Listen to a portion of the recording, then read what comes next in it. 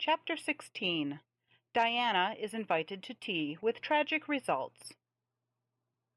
October was a beautiful month at Green Gables, when the birches in the hollow turned as golden as sunshine, and the maples behind the orchard were royal crimson, and the wild cherry trees along the lane put on the loveliest shades of dark red and bronzy green, while the fields sunned themselves in aftermaths. Anne reveled in the world of color about her. "Oh, Marilla," she exclaimed one Saturday morning, coming dancing in with her arms full of gorgeous boughs, "I'm so glad I live in a world where there are Octobers. It would be terrible if we just skipped from September to November, wouldn't it? Look at these maple branches. Don't they give you a thrill? Several thrills? I'm going to decorate my room with them." "Messy things," said Marilla, whose aesthetic sense was not noticeably developed. "You clutter up your room entirely too much with out-of-doors stuff, Anne. Bedrooms were made to sleep in." "Oh, and dream in, too, Marilla. And you know one can dream so much better in a room where there are pretty things. I'm going to put these boughs in the old blue jug and set them on my table." "Mind you don't drop leaves all over the stairs, then. I'm going on a meeting of the Aid Society at Carmody this afternoon, Anne, and I won't likely be home before dark.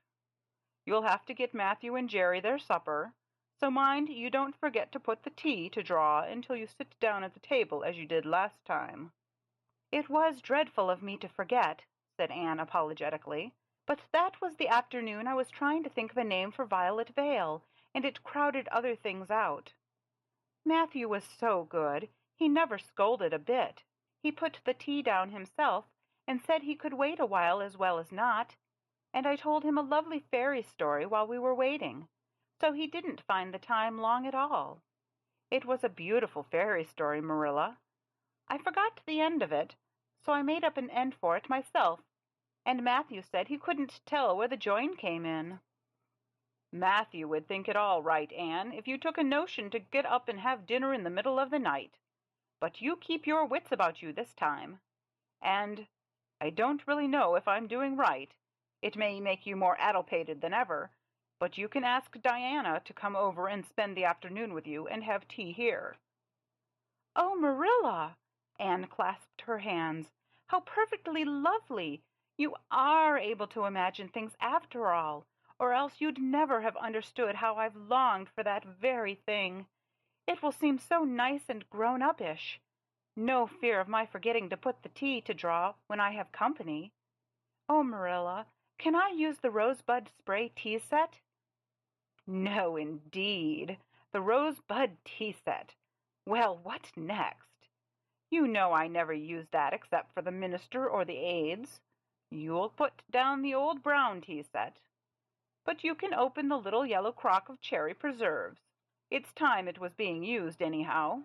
I believe it's beginning to work. And you can cut some fruit cake and have some of the cookies and snaps." "I can just imagine myself sitting down at the head of the table and pouring out the tea," said Anne, shutting her eyes ecstatically, "and asking Diana if she takes sugar. I know she doesn't, but of course I'll ask her just as if I didn't know, and then pressing her to take another piece of fruit cake and another helping of preserves. Oh, Marilla, it's a wonderful sensation just to think of it.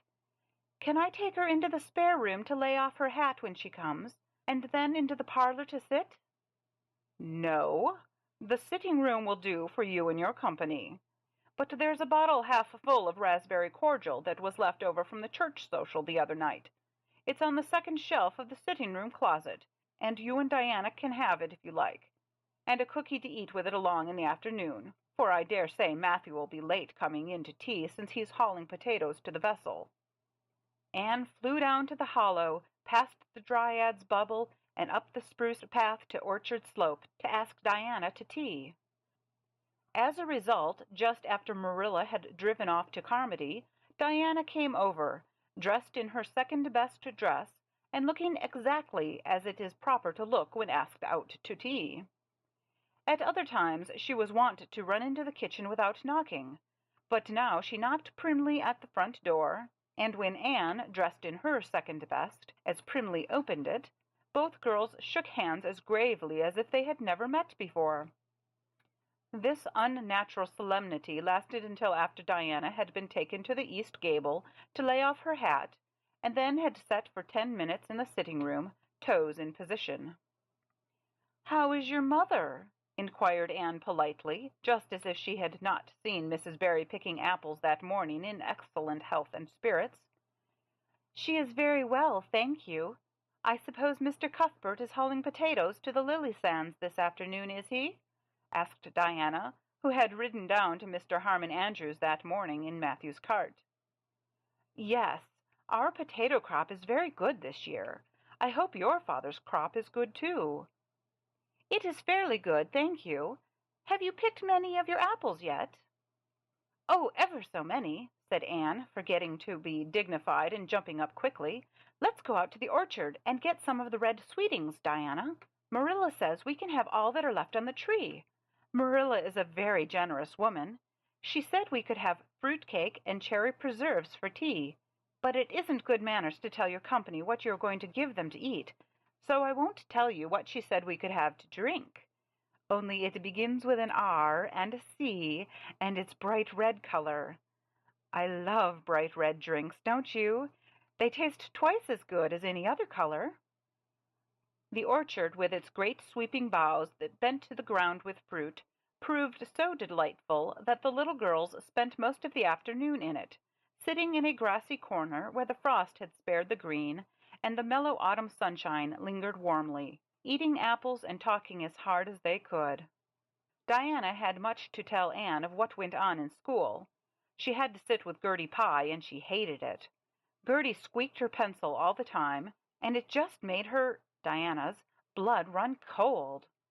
Ruby Gillis had charmed all her warts away, true's you live, with a magic pebble that old Mary Joe from the creek gave her.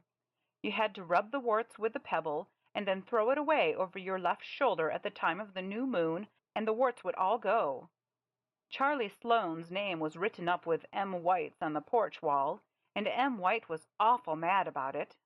Sam Boulter had sassed Mr. Phillips in class, and Mr. Phillips whipped him, and Sam's father came down to the school and dared Mr. Phillips to lay a hand on one of his children again. And Mattie Andrews had a new red hood and a blue crossover with tassels on it, and the airs she put on about it were perfectly sickening. And Lizzie Wright didn't speak to Mamie Wilson because Mamie Wilson's grown-up sister had cut out Lizzie Wright's grown-up sister with her bow. And everybody missed Anne so, and wished she'd come to school again. And Gilbert Blythe, but Anne didn't want to hear about Gilbert Blythe. She jumped up hurriedly and said, "Suppose they go in and have some raspberry cordial." Anne looked on the second shelf of the room pantry, but there was no bottle of raspberry cordial there. Search revealed it away back on the top shelf. Anne put it on a tray and set it on the table with a tumbler. "Now, please help yourself, Diana," she said politely. "I don't believe I'll have any just now. I don't feel as if I wanted any after all those apples." Diana poured herself out a tumblerful, looked at its bright red hue admiringly, then sipped it daintily. "That's awfully nice raspberry cordial, Anne," she said. "I didn't know raspberry cordial was so nice." "I'm real glad you like it. Take as much as you want. I'm going to run out and stir the fire up. There are so many responsibilities on a person's mind when they're keeping house, isn't there?" When Anne came back from the kitchen, Diana was drinking her second glassful of cordial, and being treated thereto by Anne, she offered no particular objection to the drinking of a third. The tumblerfuls were generous ones, and the raspberry cordial was certainly very nice. "The nicest I ever drank," said Diana. "It's ever so much nicer than Mrs. Lynde's, although she brags of hers so much. It doesn't taste a bit like hers." "I should think Marilla's raspberry cordial would probably be much nicer than Mrs. Lynde's," said Anne loyally. "Marilla is a famous cook. She is trying to teach me to cook, but I assure you, Diana, it is uphill work. There's so little scope for imagination in cookery. You just have to go by rules. The last time I made a cake, I forgot to put the flour in. I was thinking the loveliest story about you and me, Diana. I thought you were desperately ill with smallpox, and everybody deserted you. But I went boldly to your bedside and nursed you back to life. And then I took the smallpox and died, and I was buried under those poplar trees in the graveyard, and you planted a rose bush on my grave, and watered it with your tears, and you never, never forgot the friend of your youth who sacrificed her life for you. Oh, it was such a pathetic tale, Diana. The tears just rained down over my cheeks while I mixed the cake. But I forgot the flour, and the cake was a dismal failure. Flour is so essential to cakes, you know. Marilla was very cross, and I don't wonder. I'm a great trial to her. She was terribly mortified about the pudding sauce last week. We had a plum pudding for dinner on Tuesday, and there was half the pudding and a pitcherful of sauce left over. Marilla said there was enough for another dinner and told me to set it in the pantry shelf and cover it. I meant to cover it, just as much as could be, Diana. But when I carried it in, I was imagining I was a nun. Of course, I'm a Protestant, but I imagined I was Catholic, taking the veil to bury a broken heart in cloistered seclusion. And I forgot all about covering the pudding sauce. I thought of it next morning and ran to the pantry. Diana, fancy, if you can, my extreme horror at finding a mouse drowned in that pudding sauce. I lifted the mouse out with a spoon and threw it out in the yard, and then I washed the spoon in 3 waters. Marilla was out milking, and I fully intended to ask her when she came in if I'd give the sauce to the pigs. But when she came in, I was imagining that I was a frost fairy going through the woods, turning the trees red and yellow, whichever they wanted to be. So I never thought about the pudding sauce again, and Marilla sent me out to pick apples. Well, Mr. and Mrs. Chester Ross from Spencervale came here that morning. You know, they are very stylish people, especially Mrs. Chester Ross. When Marilla called me in, dinner was all ready and everybody was at the table. I tried to be as polite and dignified as I could be, for I wanted Mrs. Chester Ross to think I was a ladylike little girl, even if I wasn't pretty. Everything went right until I saw Marilla coming with the plum pudding in one hand and the pitcher of pudding sauce warmed up in the other. Diana, that was a terrible moment. I remembered everything, and I just stood up in my place and shrieked out, "Marilla, you mustn't use that pudding sauce. There was a mouse drowned in it. I forgot to tell you before." Oh, Diana, I shall never forget that awful moment if I live to be 100. Mrs. Chester Ross just looked at me, and I thought I would sink through the floor with mortification. She is such a perfect housekeeper, and fancy what she must have thought of us. Marilla turned red as fire, but she never said a word then. She just carried that sauce and pudding out and brought in some cherry preserves. She even offered me some, but I couldn't swallow a mouthful. It was like heaping coals of fire on my head. After Mrs. Chester Ross went away, Marilla gave me a dreadful scolding. "Why, Diana, what is the matter?" Diana had stood up very unsteadily. Then she sat down again, putting her hands to her head. I'm awful sick," she said a little thickly. I must go right home." "Oh, you mustn't dream of going home without your tea," cried Anne in distress. "I'll get it right off. I'll go and put the tea down this very minute." "I must go home," repeated Diana, stupidly but determinedly. "Let me get you a lunch anyhow," implored Anne. "Let me give you a bit of fruit cake and some of the cherry preserves. Lie down on the sofa for a little while and you'll be better. Where do you feel bad?" "I must go home," said Diana, and that was all she would say. In vain Anne pleaded. "I never heard of company going home without tea," she mourned. "Oh, Diana, do you suppose that it's possible you're really taking the smallpox? If you are, I'll go and nurse you. You can depend on that. I'll never forsake you, but I do wish you'd stay till after tea. Where do you feel bad?" "I'm awfully dizzy," said Diana. And indeed, she walked very dizzily. Anne, with tears of disappointment in her eyes, got Diana's hat and went with her as far as the Barry yard fence. Then she wept all the way back to Green Gables, where she sorrowfully put the remainder of the raspberry cordial back into the pantry and got tea ready for Matthew and Jerry, with all the zest gone out of the performance. The next day was Sunday, and as the rain poured down in torrents from dusk till dawn, Anne did not stir abroad from Green Gables. Monday afternoon, Marilla sent her down to Mrs. Lynde's on an errand. In a very short space of time, Anne came flying back up the lane with tears rolling down her cheeks. Into the kitchen she dashed, and flung herself face downward on the sofa in an agony. "Whatever has gone wrong now, Anne?" queried Marilla in doubt and dismay. "I do hope you haven't gone and been saucy to Mrs. Lynde again." No answer from Anne, save more tears and stormier sobs. "Anne Shirley, when I ask you a question I want to be answered. Sit right up this very minute and tell me what you're crying about."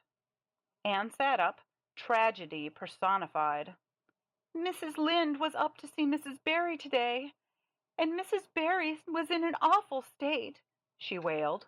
"She says that I set Diana drunk Saturday and sent her home in a disgraceful condition, and she says I must be a thoroughly bad, wicked little girl, and she's never, never going to let Diana play with me again. Oh, Marilla, I'm just overcome with woe." Marilla stared in blank amazement. "Set Diana drunk?" she said when she found her voice. "Anne, are you or Mrs. Barry crazy? What on earth did you give her?" "Not a thing but raspberry cordial," sobbed Anne. "I never thought raspberry cordial would set people drunk, Marilla, not even if they drank 3 big tumblerfuls as Diana did. Oh, it sounds so like Mrs. Thomas's husband. But I didn't mean to set her drunk." "Drunk fiddlesticks," said Marilla, marching to the sitting-room pantry. There on the shelf was a bottle which she at once recognized as one containing some of her 3-year-old homemade currant wine, for which she was celebrated in Avonlea, although certain of the stricter sort, Mrs. Barry among them, disapproved strongly of it. And at the same time Marilla recollected that she had put the bottle of raspberry cordial down in the cellar instead of in the pantry as she had told Anne. She went back to the kitchen with the wine bottle in her hand. Her face was twitching in spite of herself. "Anne, you certainly have a genius for getting into trouble. You went and gave Diana currant wine instead of raspberry cordial. Didn't you know the difference yourself?" "I never tasted it," said Anne. "I thought it was the cordial. I meant to be so hospitable. Diana got awfully sick and had to go home. Mrs. Barry told Mrs. Lynde she was simply dead drunk. She just laughed silly-like when her mother asked her what was the matter and went to sleep and slept for hours. Her mother smelled her breath and knew she was drunk. She had a fearful headache all day yesterday. Mrs. Barry is so indignant. She will never believe but what I did it on purpose." "I should think she would better punish Diana for being so greedy as to drink 3 glassfuls of anything," said Marilla shortly. "Why, 3 of those big glasses would have made her sick, even if it had only been cordial. Well, this story will be a nice handle for those folks who are so down on me for making currant wine, although I haven't made any for 3 years ever since I found out that the minister didn't approve. I just kept that bottle for sickness. There, child, don't cry. I can't see as you were to blame, although I'm sorry it happened so." "I must cry," said Anne. "My heart is broken. The stars in their courses fight against me, Marilla. Diana and I are parted forever. Oh, Marilla, I little dreamed of this when first we swore our vows of friendship." "Don't be foolish, Anne. Mrs. Barry will think better of it when she finds out you're not to blame. I suppose she thinks you've gone and done it for a silly joke or something of that sort. You'd best go up this evening and tell her how it was." "My courage fails me at the thought of facing Diana's injured mother," sighed Anne. "I wish you'd go, Marilla. You're so much more dignified than I am. Likely she'd listen to you quicker than to me." "Well, I will," said Marilla, reflecting that it would probably be the wiser course. "Don't cry any more, Anne. It will be all right." Marilla had changed her mind about it being all right by the time she got back from Orchard Slope. Anne was watching for her coming and flew to the porch door to meet her. "Oh, Marilla, I know by your face that it's been no use," she said sorrowfully. "Mrs. Barry won't forgive me?" "Mrs. Barry, indeed!" snapped Marilla. Of all the unreasonable women I ever saw, she's the worst. I told her it was all a mistake and you weren't to blame. But she just simply didn't believe me, and she rubbed it well in about my currant wine and how I've always said it couldn't have the least effect on anybody. I just told her plainly that currant wine wasn't meant to be drunk 3 tumblerfuls at a time, and that if a child I had to do with was so greedy I'd sober her up with a right good spanking. Marilla whisked into the kitchen, grievously disturbed, leaving a very much distracted little soul in the porch behind her. Presently Anne stepped out bareheaded into the chill autumn dusk. Very determinedly and steadily she took her way down through the sere clover field, over the log bridge, and up through the spruce grove, lighted by a pale little moon hanging low over the western woods.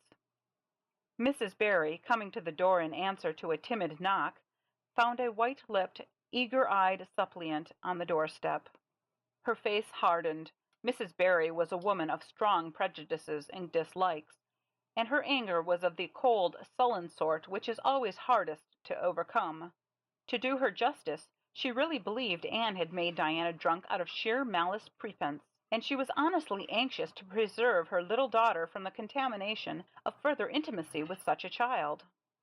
"What do you want?" she said stiffly. Anne clasped her hands. "Oh, Mrs. Barry, please forgive me. I did not mean to intoxicate Diana. How could I? Just imagine if you were a poor little orphan girl that kind people had adopted, and you had just one bosom friend in all the world. Do you think you would intoxicate her on purpose? I thought it was only raspberry cordial. I was firmly convinced it was raspberry cordial. Oh, please don't say that you won't let Diana play with me any more. If you do, you will cover my life with a dark cloud of woe." This speech, which would have softened good Mrs. Lynde's heart in a twinkling, had no effect on Mrs. Barry, except to irritate her still more. She was suspicious of Anne's big words and dramatic gestures, and imagined that the child was making fun of her. So she said coldly and cruelly, "I don't think you are a fit little girl for Diana to associate with. You'd better go home and behave yourself." Anne's lips quivered. "Won't you let me see Diana just once to say farewell?" she implored. "Diana has gone to Carmody with her father," said Mrs. Barry, going in and shutting the door. Anne went back to Green Gables calm with despair. "My last hope is gone," she told Marilla. "I went up and saw Mrs. Barry myself, and she treated me very insultingly. Marilla, I do not think she is a well-bred woman. There is nothing more to do except to pray, and I haven't much hope that'll do much good, because, Marilla, I do not believe that God himself can do very much with such an obstinate person as Mrs. Barry." "Anne, you shouldn't say such things," rebuked Marilla, striving to overcome that unholy tendency to laughter which she was dismayed to find growing upon her. And indeed, when she told the whole story to Matthew that night, she did laugh heartily over Anne's tribulations. But when she slipped into the east gable before going to bed, and found that Anne had cried herself to sleep, an unaccustomed softness crept into her face. "Poor little soul," she murmured, lifting a loose curl of hair from the child's tear-stained face. Then she bent down and kissed the flushed cheek on the pillow.